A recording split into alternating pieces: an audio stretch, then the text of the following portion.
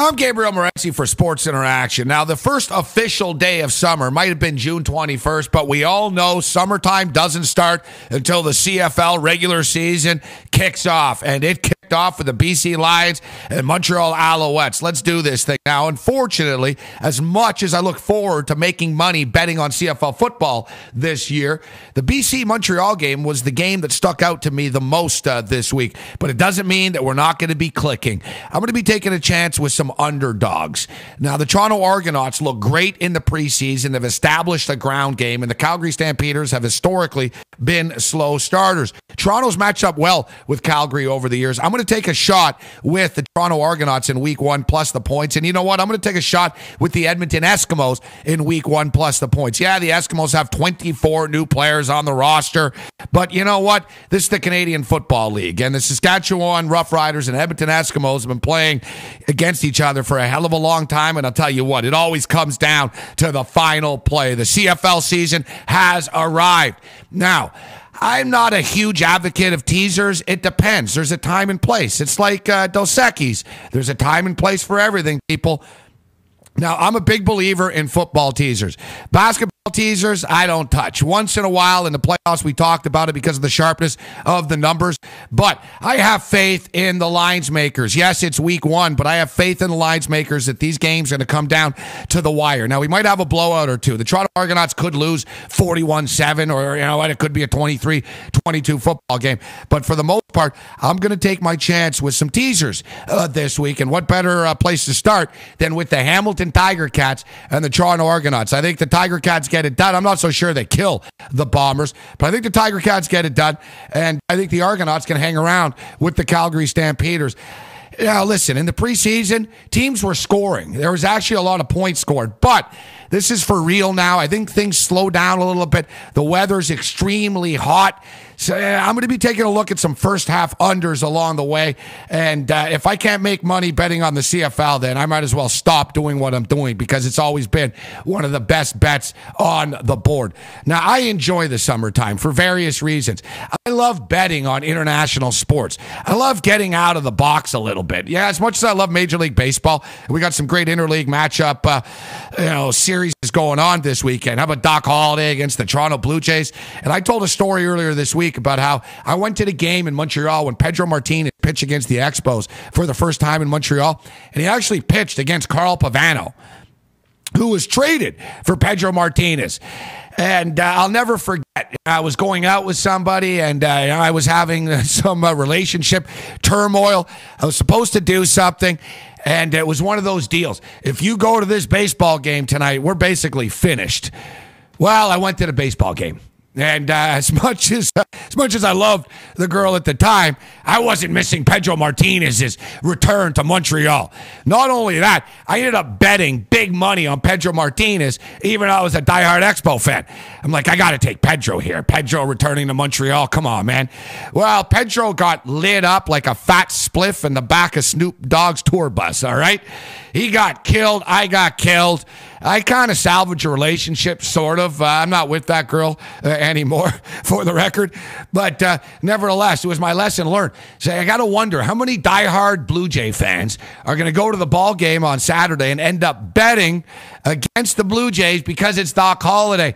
I tell you what, Villanueva has been a great pitcher for the Toronto Blue Jays. And I think this is going to be a weekend for the dogs. Hey, it's the dog days of summer, right? We can even have a hot dog eating contest. We'll get to that in a moment's time. But we saw last weekend in the cage, in the octagon, in the ring, dogs were barking and biting loud. Now, speaking of barking, Maria Sharapova has made it back to the finals of Wimbledon, which I, for one, could not be more excited about. Now, Sharapova, she probably would blow me off. She's not the type of girl that would probably hang out with people like us. But nevertheless, she's still hot. Now, instead of talking about the return of Maria Sharapova, she won her first Grand Slam title at Wimbledon. Sharapova's back. She's playing good tennis. Instead of that, there's complaints that she grunts and moans too much. Oh, yeah, because that's the worst thing in the world for a 6'2", blonde Russian 24-year-old bombshell wearing a white miniskirt. I don't want her grunting or moaning at all. Even Pat Barry enjoys Maria Sharapova. Who the hell are you? You don't want her moaning and listen, you take the moaning and grunting out of women's tennis. That's like taking the fighting out of hockey. Nobody will watch, all right? It's that simple. Now, speaking of fighting, let's talk about the UFC. You can't have a 4th of July weekend without a UFC card in Las Vegas, Nevada, and a hot dog eating contest in Atlantic City. Let's start. I can't even get through this hot dog eating contest. There's a line. Joey Chestnut, Kobayashi. We'll get to that in a second. UFC, speaking of underdogs, I'm going to be taking a look at some underdogs this week in the Octagon. I apologize for what happened last week. It was a disaster. That was probably the worst weekend of MMA betting that I've ever had in my life. And that's saying something because I don't win all the time, people, all right? But MMA has been something that I've been able to lean on like a crutch, pardon the pun, with my broken foot. It's been something I've been able to lean on, and it's always there on Saturday to make some money. I got killed last week, but hey, it is what it is. We forged forward. I think there's some underdogs on the board here. Hoagland. No one knows who Hoagland and Walker is. Well, that's why Walker should be a minus 300 favorite in this fight. Shane Roller, Oklahoma State Cowboy. This guy's a great wrestler. Doesn't get any respect. Doesn't get any publicity. Hey, listen, Melvin can take your head off, but so can Roller, and Roller can roll with the best of them. This fight goes to the ground. Roller cashes a ticket. Nice big price as an underdog. Matt Wyman, yeah. Cyver's been good, but Wyman's been pretty good as well. I take a look at the underdog. Carlos Condit. I know this fight's basically a pick'em, but Condit is officially the underdog.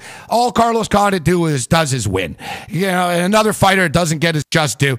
Carlos Condit as an underdog. Now, Lieben and Vanderlei Silva. I look at the number and I want to take Chris Lieben, but I can't bet against Vanderlei Silva. Out of everyone in the UFC, and I've been covering this stuff for a long time, Vanderlei Silva might have been as nice to me as anybody out there. Like, I see Vanderlei, the guy will give me, this guy would give me his watch. Forget about the time. You ask him the time, I think Vanderlei would give me his watch. He's that nice of a guy. But can you really bet with your heart and your friendships and stuff? Probably not. But he's more well-rounded. It seems like he's taking this fight very, very seriously. I think he has more tools in the shed, so to speak, than Chris Lieben does. It's going to be an awesome fight. Now, this is hard to believe, but I was speaking to a lines maker and an MMA insider earlier in the week. This guy's got numbers going back to UFC 1. He told me that Uriah Faber was an 8-1 favorite when Dominic Cruz Faber threw it down in 2007, 8-1. Well, now Dominic Cruz is the favorite, and props to you, Sports Interaction, for your props on the board. I see you've got an over-under as far as rounds for this fight is concerned. You saw Faber and Aldo throw it down. Man, and 9mm is not going to stop Uriah Faber. It doesn't mean he's going to win, but he ain't going to be stopped. And I don't think Dominic Cruz is going to get choked out again in a guillotine choke like he did the first time around.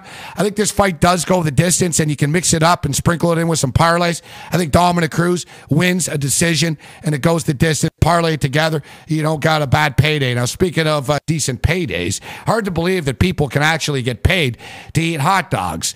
Now, nothing says I love my country more than eating cow and pig anus in a bun, at the competitive level.